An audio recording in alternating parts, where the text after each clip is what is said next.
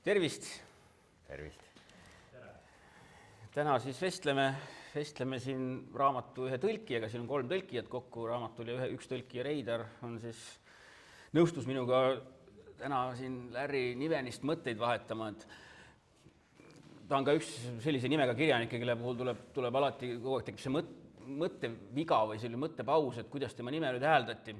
Et tema nime tuleb hääldada Niven, et mitte Naiven, kuigi ma ise ka kuidagi harjumusest tahaks kogu aeg Naiven hääldada seda, aga ta on ikkagi Niven. Ja siin isegi see AI ei ole kuidagi nagu andestatav, sest et ta on ka vene keeles, ma vaatasin, kui tuli järgida ikkagi Larry Niven, et erinevalt näiteks Clifford Simakist, kelle õige nimi on ka tegelikult Simak, aga mingisuguse eksituse läbi 80-ndatel kunagi hakati teda vene keeles seda nimed translitereerima või griveerima Saimak ja seetõttu, et vähemalt tema nime puhul on see Eesti fännide mõttes nagu andestatav, kui me ütleme Saimak, sest et me oleme harjunud, vähemalt need, kes on selle suure venekeelse Saimaki tekstikorpusega üles kasvanud seal kunagi 80-90-ndatel, et me oleme harjunud tema nime valesti Saimak ütlema, et aga tema nimi on ka Simak ja Larry on ka Niven. Aga see oli selline kaudne sissejuhatus. Leppisite alguses kokku vahe selle sissejuhatuse? Ei, see tuli mul praegu sellest, et Veiko seda valesti ütles. Aga see on ka mul endal probleem, et ma võin ka siin täna kogemata Naiven öelda mingil hetkel. Aga see... Eestlusele hea, et ütle nii, nagu näed. Jaa. Ei näiteks see tekib eesti keele puhul, mõne kirjaniku puhul on see oluline, et see hakkab tema nime käänamist selgelt mõjutama, eks ole. Kas me ütleme selliselt laisalt harjumuspäraselt Asimov, et sel juhul tuleks teda käänata hoopis ühtemoodi ja kui me hääldame teda õigesti ehk Asimov, siis on hoopis teine käändustüüp ja siis ta käändub hoopis teistmoodi. Et sellised mõne nime puhul see on oluline. Aga läheme asja juurde, et täna me siis esitleme Larry Niveni kogumikku Neutron täht ja see nüüd siin selles mõttes väike petekas, eks ole, et selle raamatu õige pealkiri inglise keeles on Crashlander, ehk siis ma ei mäletagi, kuidas ta siin oli, kas hädamaanduja, mis see termin siin, mitte avariimaanduja, hädamaanduja oli ta vist, jah. Ma ise ka jõudsin natukene seda raamatut lugeda siin nüüd niimoodi paberkujul, et mõned päevad tagasi sai meil valmis ja me muutsime selle nime ära ühe selle tema kõige kuulsama jutu järgi, et panime selle jutu järgi eestikeelse pealkirja, millega ka agent oli nõus minu nende põhjendustega. Aga bibliograafiliselt on see tegelikult nagu segadust juurde külvav, kuna kirjanikul olemas ka novellikogu Neutron Star, mis on hoopis teise sisukorraga ingliskeelne kogu. Ehk et selline väike mõnus segadus, aga jah, mulle kuidagi tundus, et pealkirjana on ägedam selline neutron täht, kui et hädamaanduja või avariimaanduja eesti keeles. Ja kui me siin teinekord oleme teinud sellise minu pika monoloogiga alguse, kuhu ta jälle kisub minema, siis tegelikult me täna ei tee niimoodi, ma mõtlesin, et kuna üks tõlkija on kohe siin klaveri kõrval võtta, et siis ma mõtlesin, me alustaksime just kohe sellest raamatust ja läheksime kohe nagu selle esitletava raamatu juurde ja räägiksime natukene kõigepealt sellest ja siis jõuame ka kirjanik Nivenist rääkida ja tema suurest mõjust ulmele. Ehk et ma küsingi algusest tegelikult kohe nagu klassikalise spordiajakirjaniku küsimuse, et mis tunne oli seda tõlkida, et kuidas neid tema jutte tõlkida oli, sest ma mäletan seda nõnda, et kui ma selle idee sulle välja käisin, et sa seda siin ka mõned lood tõlgiksid, et siis ma sulle selle konksu viskasin välja, eks ole, läbi Alastair Reynoldsi, et see on nagu natukene nagu Reynolds või oma teemade poolest ja sellise. Ja siis sinus nagu tärkas huvi, ehk et räägi, kuidas siis oli seda tõlkida, neid jutte? Ei, tõlkida oli lihtne. Tal on hästi lihtsad laused, ta on väga konkreetne. Võib-olla pigem ongi see, et kui sa oled tõlkija, siis tekib nagu dilemma, et ühtepidi tahad hoida kirjaniku stiili, teises mõttes see, et kui sa eesti keeles kirjutad mingisugused kolmesõnalisi lauseid vahepeal, ta ütleb väga konkreetselt mingit asja, ega mitte, et kõik laused on kolmesõnalised, mitte seda,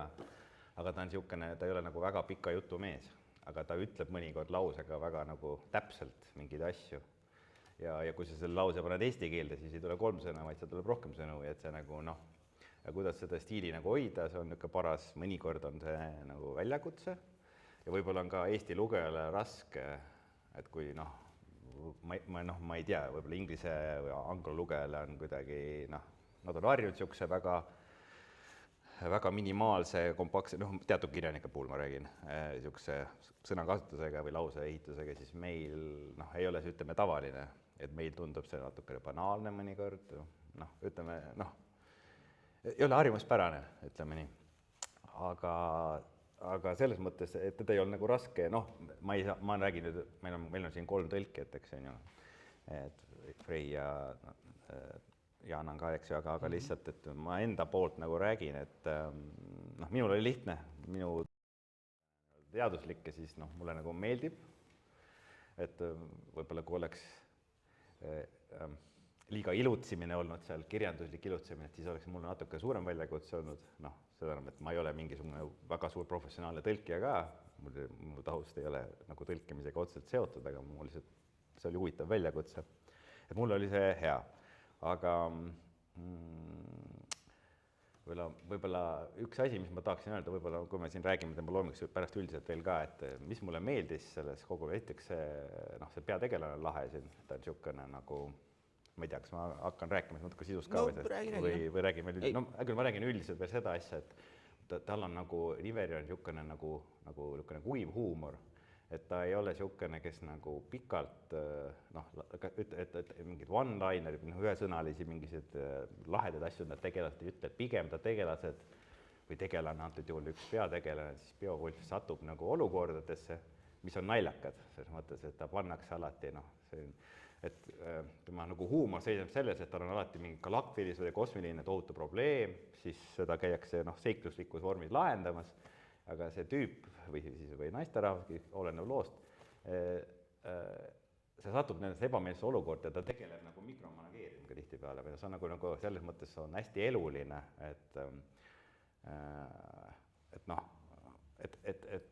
nagu on välja toodud, et umbes, ma ei tea, näiteks galaktika tuum hakkab, ma ei tea, lõhkema või mis iganes, aga tüüp tegeleb ikka oma näidikutega kuskil kosmosel ajab, tal on mingid pisimured või mingid, mille ta lahendab, et samal on nagu, maailm hakkab lõppema, aga tal on ikka nagu mingi oma asi, mida ta ajab nagu muu asi, ja siis need situatsioonid on nagu naljakad, et selles mõttes ma mäletan, et kui ma siin tõlkisin just seda Tuumas lugu, siis ma vist esimest korda, kui ma üldse mingit ulme lugu lugedes ma naersin valju häälega mingis paaris kohas, et ma nagu mulle tundus see mingi koht nii, või see situatsioon nii absurdne ja naljakas, ja kui pärast ma lugesin nagu internetis ka nagu teiste arvamusi Niveni loomingu kohta, siis mul nagu seal tuli ka välja, et ta tekitabki oma lugudes nagu hästi palju selliseid absurdseid olukordi, et see on niisugune nagu, et ta see esiteks need tulnukad, ta on hästi ka nagu rikkalik tulnukate kirjeldada, need erinevad rassid ja nad on kõik nagu oma moodi, et need situatsioonid, mis seal tekivad, ongi see, et tekib selle inimene versus siis tulnukas, et nagu ja mõlemad pidi on nagu kohmetu või nagu, et inimene ei saa aru tulnukas ei saa aru inimeste või rassid või need, ütleme, need tsivilisatsioonid. Ja siis on just nimelt see nagu tohutu probleem mingisugune, siis samal ajal sa tegeled mingisuguste pisiasjadega kogu aeg manageerid ja siis see nagu, et see peategelane ka, ta ei taha teha neid asju, või ta on nagu pandud nendesse olukordadesse, ta kas teenib raha või ta on väljapääsmatu olukord või mingisugune loll leping on tal, mida ta peab täitma ja mida ta ei taha üldse teha ja siis et ta nagu vastumeelne kangelane on, ütleme nii, et ta ei ole niisugune heroiline, kes läheb nüüd maailma päästma või mis iganes inimkonda päästma, vaid vastupidi, Eestis kui palju makstakse ja siis kui makstakse, ega siis ma nagu ikkagi hästi nagu ei taha teha või ja siis tal on kogu aeg konflikt kõigi osapooltega ja ütleme, need situatsioonid tekitavadki niisuguse nagu mõnusa niisuguse taustahuumori või kuidagi, siis seda sujuvamalt läheb, et mõnikord, kui sa hakkad nagu otsast lugema seda või tõlkima ka, et siis see tekst vahepeal tundub nagu kuiv või sa nagu ei saa sisse, aga see nagu võtab selle kiiresti ära, et ta nagu olemata selline mingisugune tohutu sõnasepp, Larry Niven, ma arvan, et ma ei ole tema kõike loomingut lugenud muidugi, aga kes on Rõngasplaneeti seal lugenud, mis on eesti keeles ilmunud, seal seiklevad ka needsamad, või tähendab üks Louis Wu, kes on siin tema lugudes ka, seesama tegelane ja need samad rassid, tulnukarassid on seal ka, et see on kõik ühest samast maailmast, lihtsalt erinevatest sündmustest. Siis ongi, eks ju, hästi lühidalt, eks ole, et see raamat on siis nagu selline jutusari, et siia on kokku kogutud siis ühe sellise noh, kosmilise probleemide lahendaja või sellise tema nagu seiklused. Siis nagu kuus pikemat lugu ja siis selline vahetäitematerjal, mis on siis seob nagu selliseks üheks tervikuks, et ta natuke niisugune kollaaž, noh, romaaniks ikka päris ei nimeta, aga selline jutukogu, mis on siis selline vahetekstidega tervikuks seotud. Aga no jah, et laias plaanis on ta jah, siis selles Niveni suures tuntud kosmose tuleviku ajaloos toimuv ja noh, et ongi, et ega tegelikult ei ole ju kirjanik Eesti ulmefännidele, kes ka ainult eesti keeles loevad, ei ole tundmatu. Et siin ongi juba 2003 aastal ongi ilmunud Varraku F-sarjas need 2 esimest Ringworldi Rõngas planeedi sarja romaani. Et noh, tegelikult sealt on see tema tuleviku ajalugu üsna hästi ju nagu teada neile, kes on seda lugenud. Noh, iseasi, et ma ei tea, et kui palju siin nüüd on neid, kes seda omal ajal lugesid või kes seda 23 aastat tagasi ilmunud 2 raamatut mäletavad üldse või väga hästi. Ja. Et selles mõttes jah, et ta ei ole nagu päris tundmatu ja siin oligi selles mõttes seda ju nagu seda ettevalmistama hakates oli meil ka siin natukene seda segadust, eks ole, et just, et kuidas me neid varem tõlgitud termineid ja nimetusi, mingid planeedi nimesid, tulnukrassi nimesid, et kuidas me neid kasutame ja noh, siin toimetamise faasis meil oligi sellega veidike segadust, et milles see probleem natukene on see, et need 2 Rõngasplaneedi romaani on tõlgitud vist nagu ühes nii-öelda stiilis, aga tegelikult see kõige esimene tekst, mis eesti keelde jõudis, siis aastal 1993 Põhjanaelas ilmuski see jutustus Neutrontäht. Selle tõlkis Lauri Rõuk, see oli kunagine videofilmide tõlkija Tartus. Et tema tõlkis selle ja seal on need planeedi nimed tulnukrassi nimed hoopis teistmoodi tõlgitud ja siis meil siin käiski niisugune natukene selline segadus, et kuidas need teha ja siin proovisime neid ühtlustada ja lõpuks on mingi kolmas variant siin nüüd kokku, et osad nimetused on ühest tõlkekoolkonnast ja osad siis nagu teisest. Sest noh, minule nagu väga meeldis just see 93. aasta tõlge ja mina ei ole lugenud eestikeelseid neid Rõngasplaneedi raamatuid. Et selles mõttes, et ma olen lugenud seda Ringworldi inglise keeles, aga mul ei olnud olemas just seda nagu eestikeelse, seda alles tuligi mul selle toimetamise käigus, jõudis mulle kohal see teadmine, et noh, et pagan, et seal oli ju ilmselt hoopis need nimetused olid kuidagi teistmoodi tõlgitud, need tulnukrassid ja planeedid ja mingid muud terminid. Et sellest meil siin veidi segadust oli, et sa seda jah, mingil määral vist lugesid ka, eks ole, lisaks enda tekstidele, ka siis vaatasid ka kogu selle käsikirja üle need teised tõlked, et püüdsid seda ühtlustada kuidagi või? Jaa, meil olid erimeelsused, ütleme niimoodi terminites ja nimedes ja asjades, aga no lõpuks noh, Eeva ütles, et mina ütlen. Ja siis ma ütlesin küll, aga pärast ma lugesin, vaatasin, et kõik on hoopis teiseks muutunud. Mitte päris kõik, aga me... Polnud oluline. Aga selles mõttes, et noh, ühtemoodi ühtepidi ja ühtemoodi teistmoodi said, selles mõttes, et vahepeal meil oli niimoodi, et kuna oli 3 tõlket, siis oli nagu 3 versiooni oli nimedest, noh, millest iganes, kosmoselaevad või rassid või... Aga siis need vähemalt said ühte ja ilmselt kui oli siis Ctrl F-i vaja teha, et siis sai kiiresti muuta nagu kõik ümber. Jah. Eerole ütluseks veel see, et võib-olla Rõngasplaneedi on, aga loe seda, siin on lühikesed jutud. Tahtsin öelda see, et nagu need tõlkijad omavahel suhtlevad ja need terminid nagu ära kasutavad, see on nagu väga vahva. Eelmine aasta või millalgi lugesin seda Tumedat torni, seal oli ka see tõlkija vahetus ja siis nagu väga häiris see, et sa oled nagu 4 või 3 osa oled nagu lugenud ühtemoodi ja siis tulevad hoopis mingisugused teised asjad. Seal vahetus tõlkija või? Seal vahetus, Tumedas tornis vahetus 4 tõlkijat, tegelikult on 7 köite peal. Okei. No, ja need probleemid olid jah, ja nendega me ka siis siin niimoodi põtkusime, aga ma ei tea, vist hästi 2 sõnaga räägin siis sellest Nivenist üldisemalt, et muidu jah, kuidagi need meie muljed võib-olla väga ei tugine ega rajane millelegi. Ehk et ta on selles mõttes selline kummaline kirjanik, et ta on siis 1938 sündinud, tuli ulmesse 64. aastal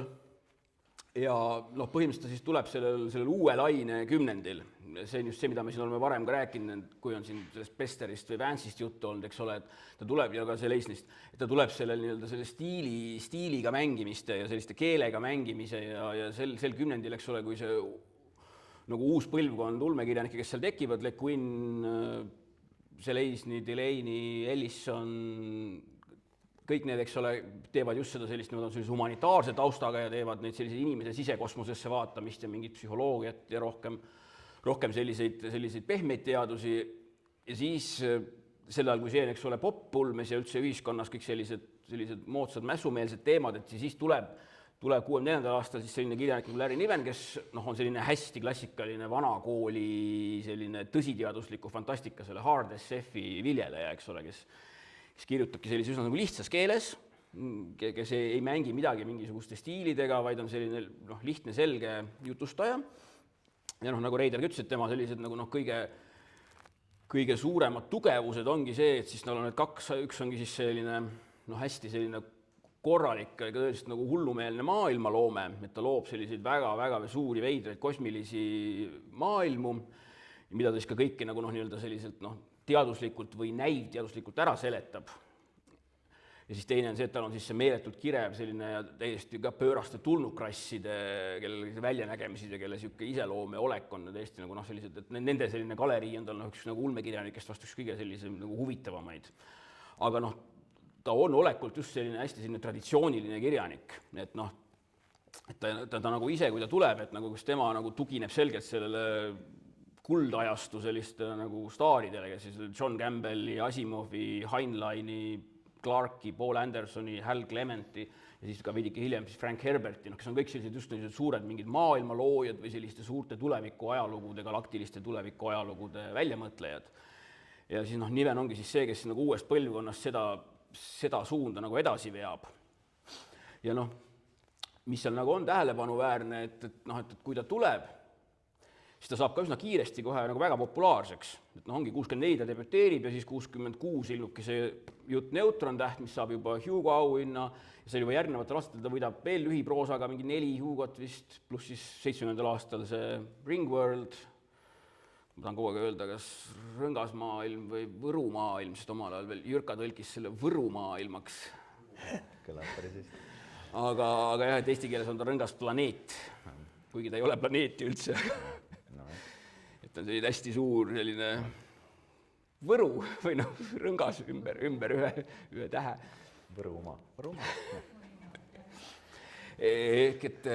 Et kummaline ongi see, et tegelikult ajal, kui selles nagu ulmes ka nagu publiku poole pealt tahetaksegi sellist nagu uue laine kraami ja sellist nagu revolutsiooni ja mässumeelsust, läheb ka väga hästi ikkagi peale selline traditsiooniline, klassikaline kosmoseulme, mis ongi tegeleb selliste teaduslike mingite probleemilahendustega ja luuaksegi selliseid põhjalikke maailmu. Et selle poolest on ta niisugune üsna nagu imelik kirjanik. Ja 2015 sai ta ka selle Ameerika kõige suurema elutööauhinna ehk siis suurmeistri tiitli. Aga ma pakun, et see oli enam-vähem selline viimane võimalus üldsegi nagu temal seda saada. Sest et pärast teda on selle auhinna saanud nüüd siis veel 11 kirjanikku, kellest 9 on olnud naiskirjanikud, kaunis noored naiskirjanikud. Ehk et nagu hiljem on see auhind, mitte ma ei taha seda ütelda, aga ma tahan öelda, et tänu Ameerikas möllavatele laastavatele kultuurisõdadele on see nagu tiitel hiljem muutunud selliseks selgelt selliseks ideoloogilis-poliitiliseks nagu seisukohavõtuks, et pigem hinnatakse just, et kuna varem ulmes oli rohkem, eks ole, meeskirjanik, et siis kuna varem on nüüd suurmeistrite hulgas väga vähe naisi olnud, siis nüüd on viimasel 10 aastal seda valdavalt ainult naistele antud. Ja ega ei ole ka need 2 meest, kes on sellest viimasest ajast selle saanud, Peter Spiegel, viimase ükssarviku autor ja siis William Gibson, et need on nagu 2 ainukest meest, et sellised väga selliste vasakpoolsete vaadetega pigem, eks ole, kirjanikud ja Niven on siin selline klassikaline nagu me omal ajal ütlesime, Reagan-Jugendi esindaja, ehk siis selline klassikaline parempoolne, tal ei ole väga palju otsest mingit militaarulmet, veidi on, aga et ta on selline hästi selline, klassikalise sellise parempoolse loojutustamise, maailma ehitamise ulme, et ei mingit stiilipiruette. Et arvata võib, et nagu hilisemal ajal ei oleks tema enam seda tiitlit kunagi saanud, et tal vedas, et ta selle kätte sai, sest seal on veel terve ports samasuguseid kirjanikke, kes on seda tiitlit kindlasti väärt, aga kuna nad kõik on sellised praeguseks siuksed vanad valged meesterahvad, et siis neil ei ole seda ilmselt šanssi kunagi saada enam. Gregory Benford, David Brin, ja nüüd viimastel aastatel ära surnud, eks ole, Greg Bear või siis ka nüüd just läinud Dan Simmons, eks ole. Et ega neil nagu ei olnudki seda šanssi siin saada. aga ja noh, ta ise, eks ole, seal juba 70-ndatel noh, ka selle uue laine suhtes nagu väljendas sellist üsna sellist noh, iroonilist, või mitte otseselt mitte põlgust, aga noh, ta nimetas seda uue laine sellist stiiliga trikitamist, et see on selline noh, lihtsalt nagu halva kirjutamisstiili väljavabandus või tegemata kodutöö, noh, mis võimaldab lihtsalt noh, ilma sellise põhjaliku teadusliku taustata maailma loomiseta lihtsalt mängida ja žongleerida, eks ole, mingite muude teemadega, mis noh, võib-olla nagu tema hinnangul oli nagu sellest science fictionist nagu kaugel. Et noh, see on tema see taust. Ja noh, mis selle tausta kohta veel, et noh, mis nagu, ma ei tea, kui sul midagi siin lisada on, ei, siis praegu on hästi. et noh,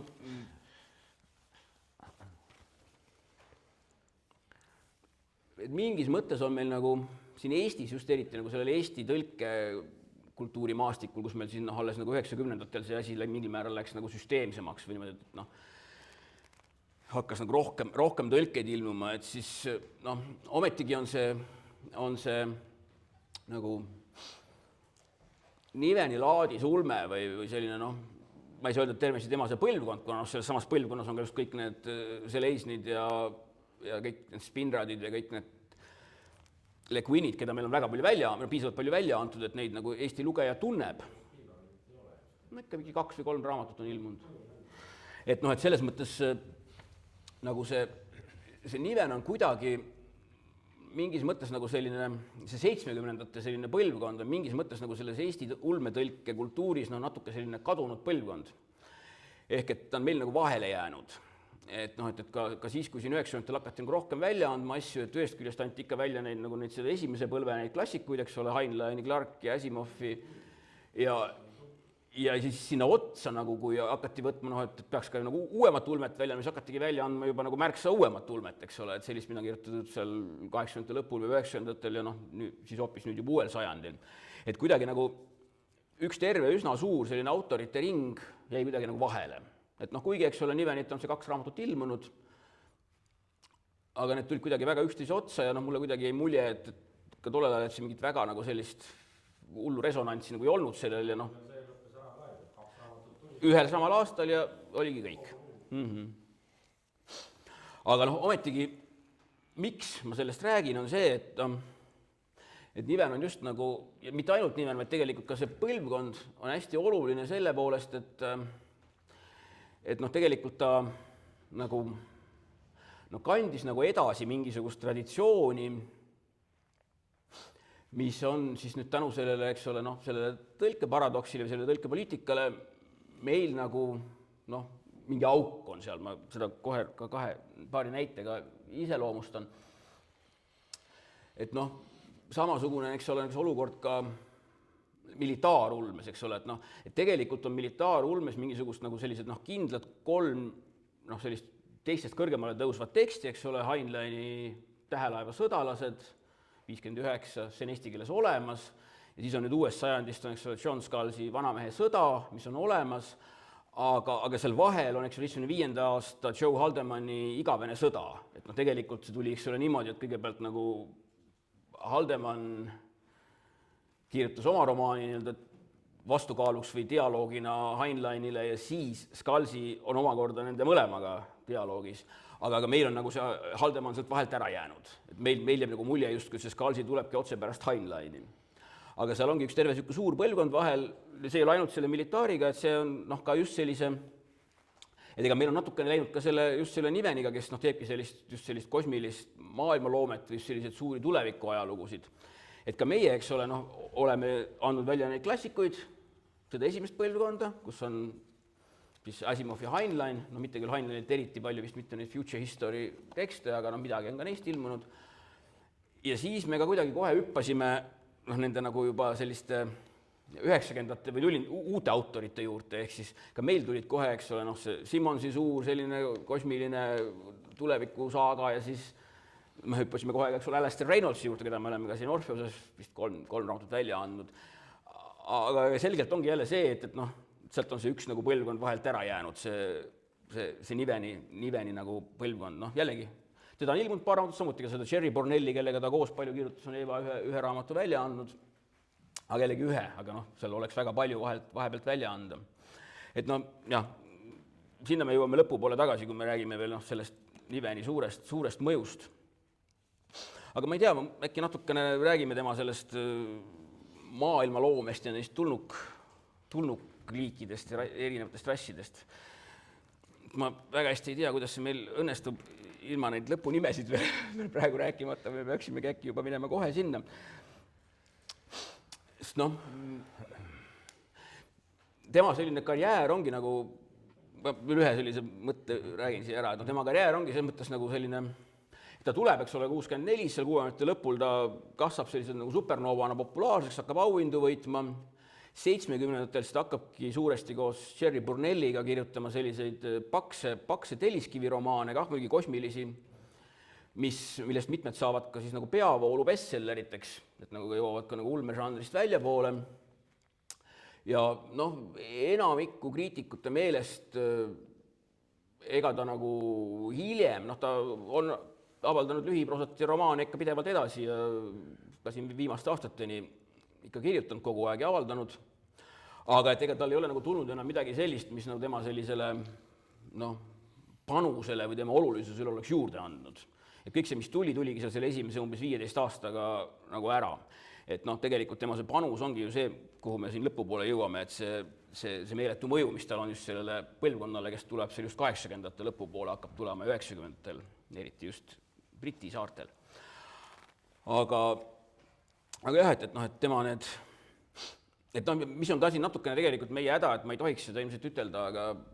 me ei ole kumbki tegelikult hirmus palju Nivenit lugenud ja me ei ole kumbki otseselt tema mingid sellised nagu väga suured fännid, et me oleks lugenud läbi kogu tema loomingu või mingi mitukümmend romaani. Tüüpiline räägib need, kes asjast midagi ei tea. Ei noh, seda ma ei ütleks, et ei tea. Aga jah, et noh. Jaa, ei, selles mõttes küll, et kui neid, kui tutvuda siis tema loominguga, et üks võimalus ongi seda kogumikku lugedes, siin on need põhilised, ütleme, kõige populaarsemad, tema tulnuka tsivilisatsioonid või rassid ära kirjeldatud ja nad on kõik nagu selle, nagu ma alguses ütlesin ka, et nad on kõik nagu, nad on oma karakteriga, et nad ei ole lihtsalt, et mingi, ma ei tea, nagu kui võtame selle kinodesse jõudva filmi, et Rääkiv kivi, mis on hea film ja kõik hea lugu, aga ma lihtsalt räägin seda, et nad on nagu, ta hoolimata oma vähedes sõnade arvust ja ütleme väga niisugusest napist nagu teksti edasi andmisega, ta nagu suudab seda tekitada intriigi või seda nagu kirjeldada, seda rassi või tsivilisatsiooni või niimoodi, kas või läbi peategelase inimese silmade, aga ikkagi ta nagu laseb neil ka nagu, kuidas ma ütlen, nagu särada või et ütleme, et seda ei suuda nagu kõik autorid teha, et kui sa, ma ei tea, kirjanikuna kirjeldad ka, et on mingi võõrik liik või mingi asi, siis väga lihtne ongi, et kõik on hästi veider ja ei saa midagi aru ja läheme edasi umbes, aga tema nagu, see inimkond suhtleb nende tulnukatega, aga väga veidral viisi, et mõni tulnukarass on hästi nagu kiskelik, et ta põhimõtteliselt, esimene asi, et läheb kohe tapab ära, aga võib-olla asi on see, et nad on mingisugused niisugused väiksed, et selles mõttes inimese kasvuga võrreldes, et nad on hästi õelad, aga ütleme, et pisike koer klähvib kõvasti, ja samas on mingid niisugused hoopis inimesed palju suuremad ja niisugused hoopis teistmoodi kujuga tegelased, kellel on täiesti hoopis teistmoodi maailma arusaam, kes nagu, ütleme siis need nukumeistrid, eks ju, nad on nagu nukunäitlejad, lõpuks jäi nukunäitlejad. Inimesed on puppeteers. Et siis need on nagu on niisugused niiditõmbajad, eks ju, et aga siin ühes loos ongi, et või mitmes loos, aga ütleme, et siin ka, et see peategelane siis, kes on niisugune, niisugune, kuidas ma ütlen, niisugune, üksik kunt või kauboi või niisugune, kes nagu otsib võimalusi, kuidas raha kogu aeg teenida ja ise nagu vaikselt nihverdada kogu aeg kõrvale ja siis ta peab tegelema selle petantsete nagu mingi tulnuka rassiga, siis kes nagu kes põhimõtteliselt maksab talle hästi palju raha,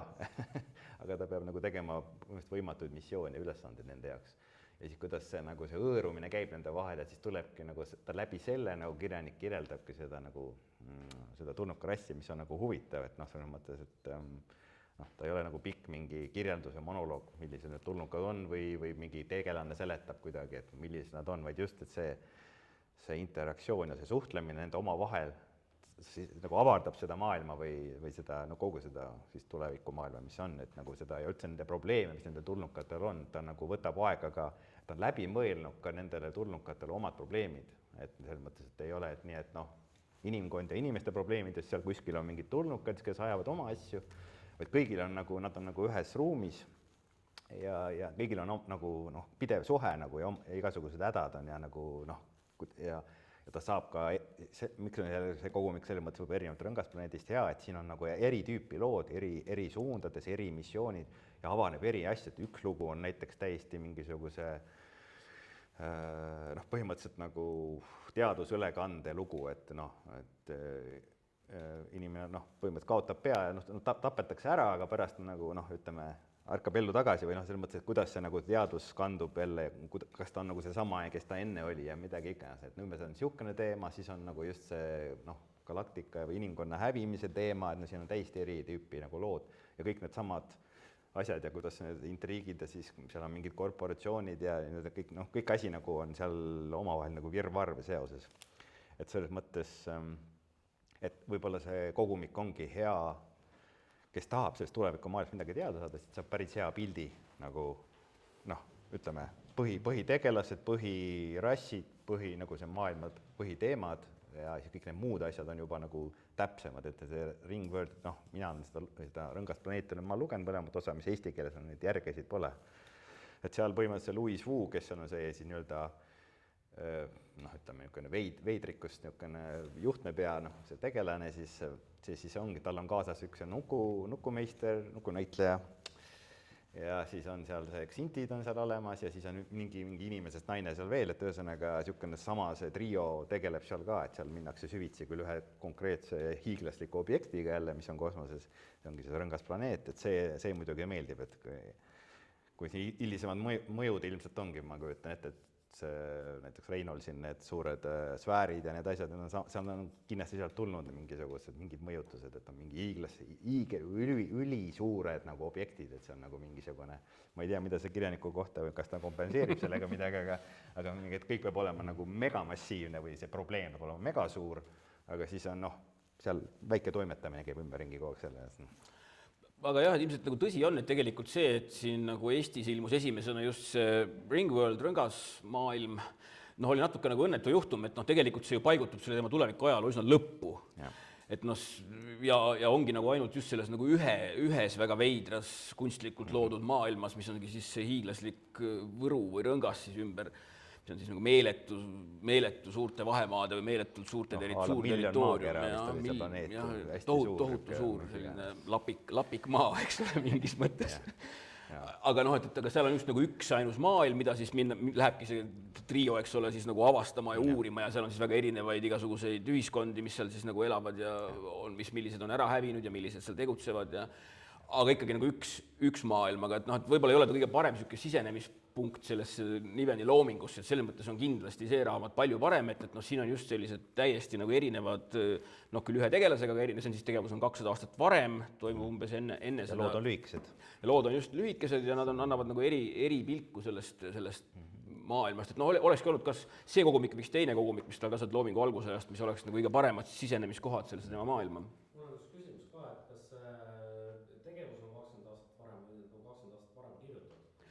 Ei, see tegevus on 200 aastat varem, aga kirjutatud on nad ikka suhteliselt nagu samal ajal. Aga lihtsalt, et noh, tema see tuleviku ajalugu ei välta kusjuures väga pikalt, et see on mingisugune umbes mingi 700 kuni 1000 aastat meie ajast nagu tulevikku. Ja siis noh, ma sellest peast ei mäleta, aga ta ei ole mingi niisugune nagu hiiglaslikud vahemaad, nagu on seal Baxteri XLE maailmas, aga tal on... Et ta nagu otseselt ei kirjelda ka seda nii väga, ta ei ütle täpselt daatumid midagi, aga noh, umbes aimad midagi. Ja et noh, ka tema see, nagu see tuntud kosmos või see known space on niisugune, noh vist, ma ei tea, mitukümmend valgusaastat see ala nagu on, mida ta seal nagu, eks ole, niisugused tegevused toimuvad nendes eri maailmades. Aga jah, et noh, ütleme, noh, Ringworld on omal kombel väga vinge asi sellise nagu eriliselt nagu fantastilise reisikirjeldusena või sellise, aga see raamat on just rohkem sellised, et kes tahab selliseid erinevaid nagu ulmelisi probleemilahendusi või et mingi sihuke, kas mingi astronoomiline probleem, mis annab selle lõpuks selle nagu lahenduse või mingid sellised, et ja selles mõttes need on nagu Nivenil nagu väga hästi konstrueeritud ja ta on nagu selles on ta nagu väga hea just sellise klassikalise vanakooli ulme mõttes. Aga need tulnukliigid just nagu Reidar ka ütles väga hästi, et täpselt mingisugused dialoogi lühikesed laused, näiteks on ka sellised, kus sa saad nagu selle mingi tulnukklassi kohta kohe nagu midagi nagu nende iseloomustuse olemusest teada, et jällegi võib jääda mulje, et see raamat on nagu see kirjanik üldse on oma stiililt nagu hästi lihtne, aga teisalt on ta nagu väga hoolikalt seda ikkagi nagu konstrueerinud või ta on nagu väga selline nagu ta on lihtne lobe lugemine, aga seal taga ikkagi on nagu päris suur hulk tööd, et saada kõik see, see astronoomia, füüsika enam-vähem nagu korda või geoloogia isegi mingite maailmade puhul. Ja just need sellised väga sellised nagu teaduslikud probleemilahendused, et juba mingisugustest päris esimese loo mingitest esimestest dialoogidest, kus siis Beowulf Schäfer siis näiteks nende nukunäitlejatega suhtleb, et juba sealt sellest mingist dialoogi katketest saab nagu lugeja aru, et see rass on mingisugused meeletud argpüksid või sellised ja nende väljanägemine on, ta kirjeldas kui selline mingi 3 jalaga kentaur, kellel on 2 käe otsas siis mingid pead, eks ole, mida ta juhib või need on väga sellised nagu fantastilised, näevad nad välja, mitte ainult see liik, vaid seal neid liike on veel. Aga just, et ta pakub sellist hästi sellist, selles mõttes nagu turvalist, traditsioonilist ulmet, vanakooli ulmet. Teine asi on see, et need maailmad, just üks on siis, eks ole, kogu see rõngas maailm, ühest küljest, mis see siis ära ei ole niisugune välja mõelda, aga teisalt see, kui millise nagu põhjalikkusega ta teeb seda, on nagu muljetavaldav. Näiteks veel üks asi, mida ma olen lugenud, mis mulle väga meeldib tema, eks ole, hilisromaanidest, mida hinnatakse 84. aastal vist ilmunud Integral Puud, Integral Trees, kus on siis mingi selline maailm, kus on mingi neutrontähe ümber, on siis selline hiiglaslik mingi gaasist, selline umbes siis sellise pontsikukujuline või sõõrikukujuline nagu gaasi mingi rõngas jällegi.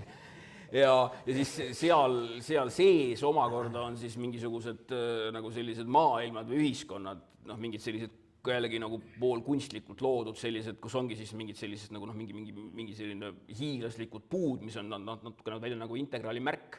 Ja siis nagu seal toimub selline, selle sarja nagu see esimene raamat, see Integral Trees on nagu väga hea, järg läheb jälle, vajub ära, see ongi siis pealkirjaga Smoke Ring, eks suitsurõngas, ehk siis see hiiglaslik gaasist pontsik. Ja mingis teises romaanis, see oli vist ka üks esimesi romaane, World Out of, mis ma panin selle kuigi kirja ka,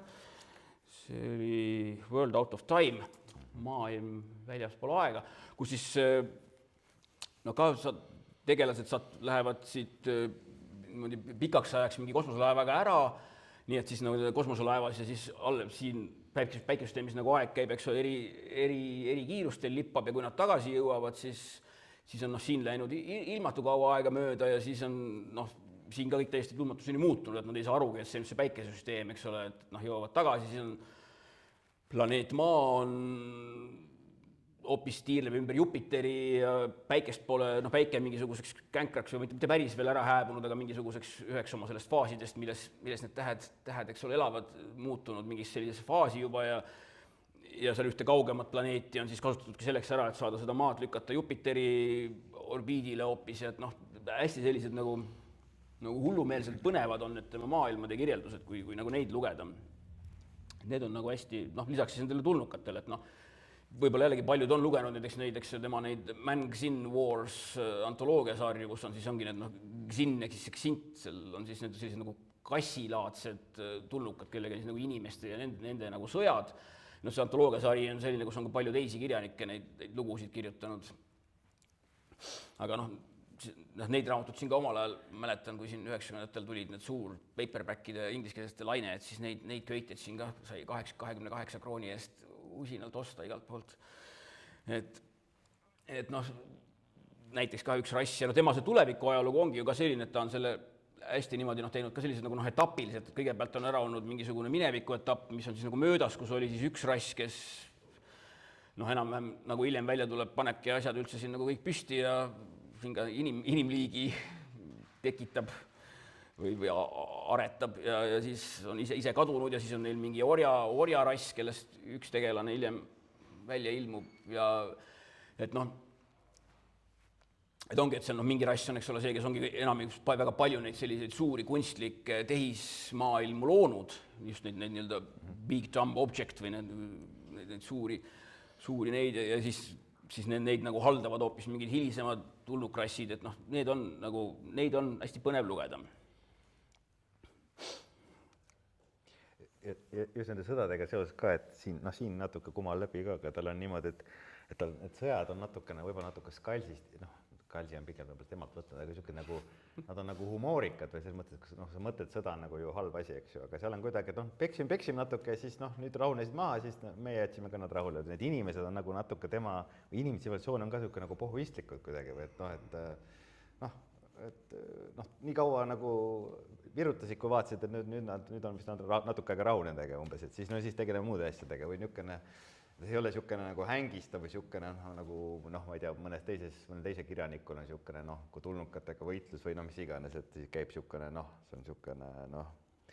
kas on sellega kaasneb tohutu propaganda või siis on niisugune hängistav sõda või me kaotame ja niisugune piin ja tohutud kannatused ja asjad. Aga seal tundub, kõik see käib kuidagi muus eas niimoodi, et siin 20 aastat väike sõda, jälle nüüd siis rahunesid maha, nüüd tegeme teiste asjadega, siis need nii-öelda tülikad tulnukad hakkasid jälle pead tõstma natuke, siis virutasime jälle neil natuke, siis jälle rahunesid maha, umbes niisugune nagu muus eas käib niisugune nagu see ilmselgelt selle kirjanikul ei ole nagu see sõda ei ole oluline, vaid see ta nagu see, vähemalt selles maailmast see militaarulme osa ei ole niisugune, ta ei ole nagu klassikaline ilmselt võib-olla niisugune, et kes tahab hullult kirjeldada, kuidas see sõda käib täpselt ja võib-olla näiteks, võib-olla isegi mõnes mõttes Skalsi see Vanamehe sõda, seal on nagu, seal ka ei ole nagu see, ta ei ole ju sõjaromaan, aga lihtsalt seda sõda on isegi võib-olla mõnes mõttes rohkem, neis lahingusseen on nagu rohkem kirjeldatud erinevate tulnukate ja nende tema inimeste vahel.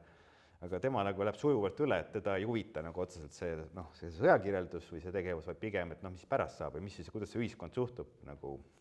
tulnukatesse või tulnukad inimestesse või üldse kuidagi või mingi kolmas osapool, et mis tema üldse kogu asjast arvab ja võtab seal üle midagi, mis siis nagu, mis intriig tekib nagu ühiskondades ja sihuke, see on nagu huvitav tema jaoks, mulle tundub.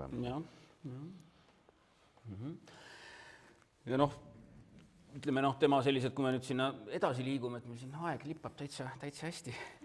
Et tema sellised nagu kõige suuremad teened, et üks ongi see, ma mainisin ära seda juba, et 70-ndatel hakkas ta koos Jerry Bornelliga tegema neid selliseid nagu pakse nagu tellispõnevikke, mis olid nagu ulmeraamatut ikka, aga millest said ka peavoolu bestsellerid. Et tegelikult nad mingil määral siis nagu oligi, et nad viisid nagu Bornelliga natuke nagu sellised nagu hästi sellised nagu tüüpulme teemad just ka nagu siis nagu peavoolu teadvusse. Et seal üks romaan ongi siis Mote in God's Eye ehk siis pind Jumala silmas või palk Jumala silmas või kuidas ta õigesti, aga ühesõnaga see on siis nagu selline nagu hästi selline lopsakas ja uhke selline militaarne selline esimese kontaktilugu või selline kuskil kaugel kosmoses nagu tulnukliigiga. See nüüd ei ole sellest tema maailmas, vaid see on pigem nagu Brunelli tuleviku ajaloos, et temal on see teine tuleviku ajalugu, kust on ka see, mis algab selle Falkenbergi maailmaga, aga läheb hiljem edasi kaugemale galaktikasse. Siis üks romaan Lucifer's Hammer, eks ole, on selline klassikaline Luciferi vasar, siis on selline, ei mäleta, kas see oli komeet oli vist jah see, mis seal nagu maad tabab ja siis jälle hävitab, eks ole, siin enamikud tsivilisatsioonist ära ja siis see nagu romaan ongi jälle hästi selline põhjalik, selline insenertehniline, selline, kuidas seda tsivilisatsiooni uuesti hakatakse üles ehitama ja nagu maad tagasi nagu taastama seda ühiskonda ja siis seal veel üks romaan Footfall on siis sellest, kuidas selline klassikaline, kuidas tuleb tulnukate invasioon maale. ja siis nagu selline invasiooniklassikaline lugu, et noh, ühest küljest ütleme siis nad viisidki nagu sellised nagu põhiulme teemad sellise nagu tavapublikuni ja nagu harjutasid ka natuke nagu sellist mainstream publikut selliste suurte ulmeteemadega ja sellises noh, klassikalise 70-80-ndate sellise bestselleri vormis, ehk siis niisugune nagu 500 lehekülge, palju tegelasi, hoogne süžee, dialoogi, noh nagu need selle aja sellised põnevikud või nagu põhiraamatud olid, eks ole, moes. Et see on tema üks teene. Aga teine vast, kuhu siis nüüd võibki liikuda, kuna me hakkame jõudma kolmandasse viimasesse faasi, on siis see Larry Niveni nagu tohutu mõju. Ja muu meelest selgelt ongi tema kõige olulisem. Sest et kuigi me ei saa öelda, et kui Nivenit ei oleks olnud, siis seda kirjanike lainet, keda me kohe siin hakkame mainima, et seda ei oleks tekkinud. Aga ilmselgelt on nad kõik, nad on seda kõik ka intervjuudes tunnistanud, et nagu noorena 70-ndatel oli just Niven ja tema need raamatud nagu niisugune nagu lemmiklektuür neil kõigil, et siit nad said väga palju, see nüüd omal ajal mõjutas, vara või hilist teismelisena sõltuvalt siin vanusest, aga nad kõik nagu põhimõtteliselt teevad suure kummardused alle ja kui te nende kirjanike loomingu peale ka mõtlema hakkate, keda ma kohe nimetan, nad kõik on kusjuures britid, kõik on nad Briti saartelt ja kõik on nad siis debüteerinud seal kusagil 80-ndate teisel poolel. Need on siis Ian Banks, Stephen Baxter, Alastair Reynolds, Peter F. Hamilton, Eric Brown, tema on see veidi vähe tuntud, minu lemmik, Ken MacLeod. Ja samuti tuuakse nüüd hoopis uuest ajast välja, et tegelikult on täpselt sama lugu ka Expanse'i sarjaga. Nii raamatusarja kui siis tegelikult veidike teistmoodi ka selle telesarjaga, et needki on väga palju nagu Nivenist saanud mõjutusi siis nii nende igasuguste tuleviku ajalugude ja just hästi selliste veidrate objektide väljamõtlemisega, et eks see on praegu rohkem niisugune töö, et siin seda me ei pea hakkama niimoodi nagu kataloogi kombel nagu siin üles lugema, aga eks siin nagu igaüks, kes nüüd nende kirjanike peale nagu mõtleb. Ja siin on ka ju neid eesti keeles üht-teist välja antud, eks ole, aga kindlasti on paljud ikka lugenud inglise keeles või mis iganes keeles, et neil on nagu tohutult palju neid Niveni mõjusid. Banksil tema hiiglasuured mingid kosmoselaevad ja ka mingisugused suured kosmoses asuvad mingid tehislikud asjad. Baxteril, tema jällegi selline üli suur kaugkosmoloogiline tuleviku ajalugu ja need ka eritulnukrassid, need kvaksid ja siis hiljem need Xele omad, et jällegi siin on väga selgelt näha, et need on nagu sellest Niveni, kuidas need tulevad, need Nivenil ka nagu 3 etappi, neid eritulnukrasse, kes siin üks on nagu kadunud juba ja siis sama jälle seal, ja muidugi see Reynolds, eks ole, kes samamoodi, Reynoldsil on ka hästi palju tegelikult nagu siit neid mõjutusi, ma ei oska isegi kust alustada või lõpetada, sa juba ütlesid, see põhimõtteliselt kogu see, ütleme, see Chasm City näiteks, kogu see, ma ei tea, kuidas tõlkida, kogu see glitterbänd või selline hiiglaslikud mastaabid ja mingisugused tehiskonstruktsioonid kusagil mingite tähtede ja planeetide ümber, et jälle nagu väga otseselt temalt võetud. Ja samuti ka Eric Brown, eks ole, kellelt siin üks selline väga hea sisenemiskoht tema loomingusse romaanid Helix ja Helixi sõjad, 2 romaani, kus siis jällegi teeb üks koloonialaev, teeb siis hädamaandumise ühele sellisele taevakehale, mis siis ilmneb hoopis, et on tegelikult nagu tehislik moodustis ja tegelikult hoopis hiiglasliku Helixi osa, kus on siis nagu üksteise otsa Helixisse laotud ümber ühe tähe ja hiiglasliku tähe mingi tuhandeid ja tuhandeid maailmu, kus minnakse ka järjest neid maailmu niimoodi läbi kammima ja uurima, nagu Ringworldiski põhimõtteliselt. Et jällegi, nad kõik on võtnud midagi sealt sellelt Nivenilt ja ehitanud seda nagu omamoodi edasi. Et minu jaoks ongi just nagu see, kuna selles loetelus, eks ole, siin väga palju minu lemmikkirjanikke ja mitmed ka sinu ilmselt, et see on just see, mis võib-olla ka seda lugedes, ütleme, kui te eriti olete ka neid uuemaid kirjanikke nagu rohkem lugenud, et siis tuleb siin üsna palju selliseid nagu äratundmiskohti või nagu, ma ei tea. Ma tahtsin seda öelda, et ma leidsin, ma ei ole ise lugenud, aga tal on nagu Kill Hamiltoni ulmedetektiivi lood. Ma just mõtlen seda, et sinu huvi on nagu noh, et detektiivi värk, et ma mõtlen, et kas sa ise oled mõelnud nagu kirjastajana või selle nagu väljaandmiseni, kas oled lugenud üldse? Mina neist ei tea neist midagi. Lugenud ei ole seda kogumikku Long Arm of Gil Hamilton, see ARM on siis selline akronüüm seal, mis siis on lühend oli, no ütleme, ta on mingi selline nagu tuleviku sellise mingi ÜRO nagu selline politseiorgan või niimoodi, et noh, ei ole lugenud ega ka siin, noh, ütleme, meie selliste nappide ressurssidega ei ole ka nagu otseselt ju väga kohe nagu mingit järgmist nimeni plaani või noh. No, okay. et noh, tahaks veel nagu teisi kirjanikke välja anda, et neid on nii palju. Reier, kas su idee on selles, et krimi müüb? No jah, ma mõtlesin ka, no, et esiteks on Raulil on see väga tugev huvikrimi ja siis on ulmekrimi, noh, Reinolds on ka ulmekrimi. No ongi, jällegi, mida mina tahan siin öelda, et noh... Uuemad mõned paremini. Ei, mille kohta, nagu, mida mina lugesin, et ongi see, et see, jällegi see Gil Hamilton on otseselt inspireerinud Reynoldsit tegema seda Prefekti sarja või seda Dreyfusi sarja, eks ole, kus on 3 või 4 romaani juba ilmunud. Okay. Aga noh, siin on alati, eks ole, see dilemma, et kui nüüd nagu mõtelda, mida edasi välja anda, et noh, äkki peaks proovima just siis seda midagi seda uuemat teha. Et noh, eks siin ongi see pidevalt see, nagu see pendeldamine ja noh, mina ühest küljest tahaksin tegelikult anda välja neid, noh, tänapäeval mitte ainult Eestis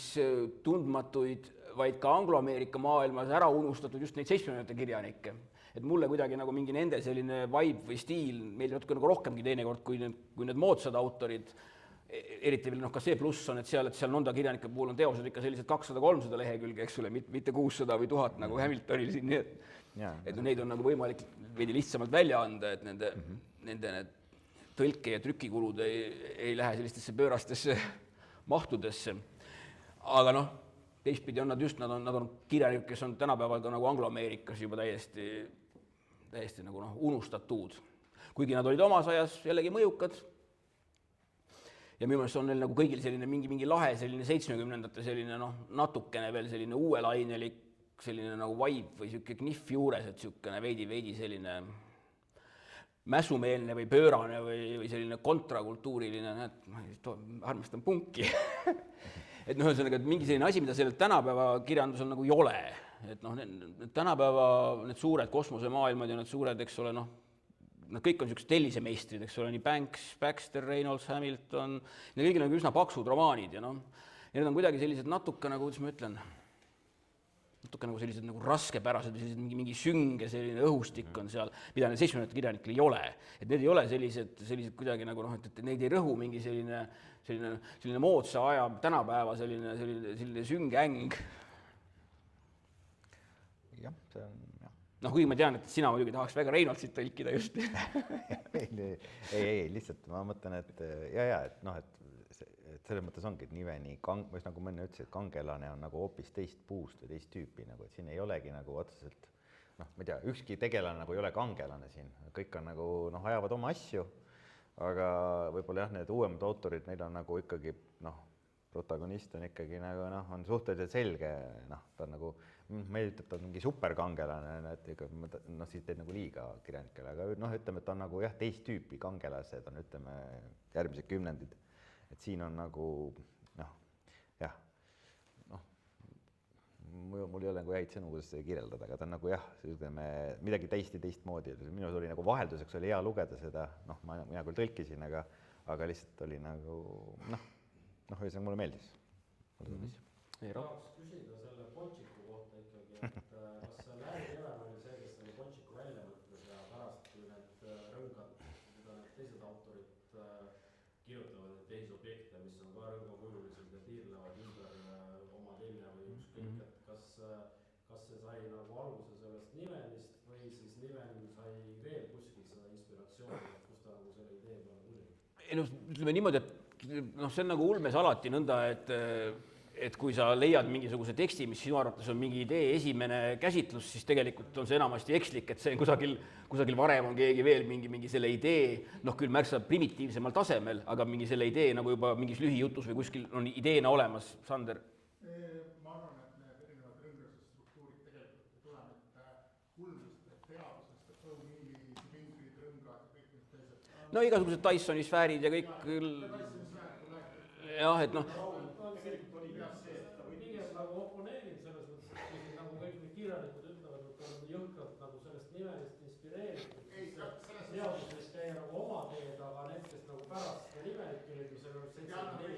jah, ma vastan, et noh, ja no lihtsalt noh, Niven oli see, kes neid nii-öelda hakkas selliseid asju tegema nagu süstemaatiliselt ja väga põhjalikult kirjeldama.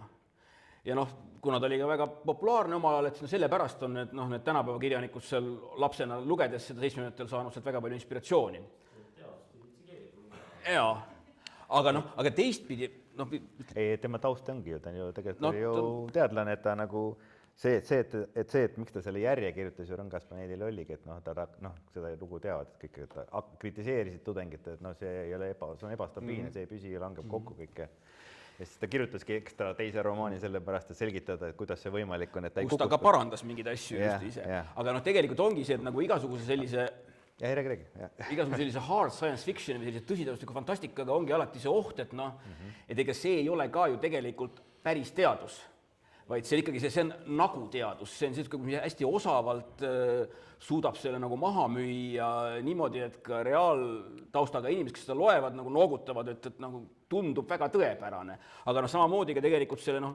Niveni see jutt neutrontäht 66 aastast on esimene kord, kui neutrontäht ulmes figureerib, aga nagu hiljem välja tuli, noh, tegelikult natuke valesti, et noh, päris neutrontäht ei olnud ega käitunud sääraselt, et noh, sellise asju juhtub, kui sa hakkad nagu sellist nagu tüüpi ulmet kirjutama, et sa paned mööda ja sa noh, ja mingis mõttes, eks ole, noh, pahad inimesed ütlevadki, et see ei ole mingisugune hard science fiction, vaid see on lihtsalt nagu technobabble, et sa hästi usutavalt ajad sellist tehnomula lihtsalt, mis nagu siis nagu tarvitab kõiki nagu teaduse žargoo nagu õigeid sõnu õiges kohas, aga ega see nagu päriselt ikkagi ei töötaks niimoodi või noh, kuskil kaugel galaktikas või noh, see on ulmekirjanike privileeg, jah, seda niimoodi väita. Aga jah, et me oleme siin juba läinudki selliste küsimuste-vastuste vooru, mida on pärast videos väga hea vaadata, sest küsimusi kuulda ei ole. Aga kui on veel küsimusi või mõtteid, et siis jumala eest tulistage.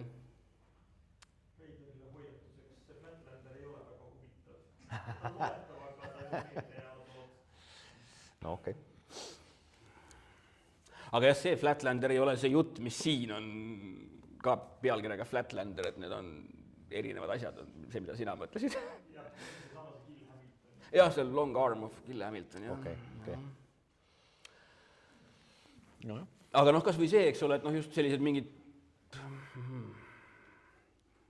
mul läks mõte kaduma praegu, kui kellelgi on veel, ma ei tea, Riivo, sul oligi see mõte ennem või? Seal on tegelikult ju ka neid Lucifer Sandman, mis on koostööle kirjutanud, mis on nagu tõsine teadusprobleem jällegi, aga noh, mis on nagu selline kodule lähemal tundub, et loodud ei ole mingi suur ja fantastiline maailm, vaid on lihtsalt see, noh, mis nagu meie maailm. Ja no seal ongi see, et just see planeedi nagu taastamine selliste hästi jälle noh, nagu reaalteaduslikult usutavalt või niimoodi hästi põhjalikult kirjeldatuna. Jah. Nii, veel küsimusi, mõtteid?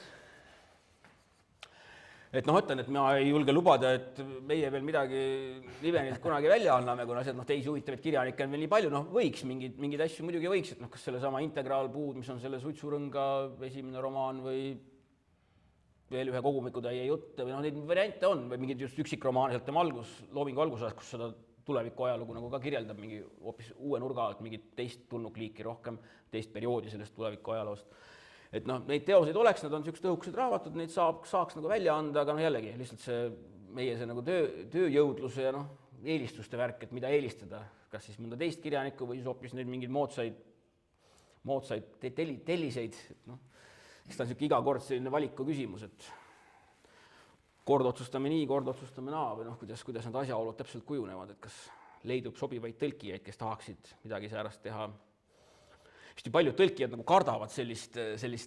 technobabble ehk siis tehnomula teksti, kuigi noh, tegelikult seda ei pea üldse kartmasi, kui sa oled humanitaartaustaga, siis vahet pole, kuna noh, kirjanik nagunii eksib. Seal taga ei pea nagu mingisugusest. Aga meil on baasis mõned väga kriitilised kriitikud, kes võtavad sõna-sõnad, see füüsikaliselt on vale, nii asjad ei käi ja siis ei julge nagu. No jah. Jah, aga kui küsimusi rohkem väga ei ole, siis täname.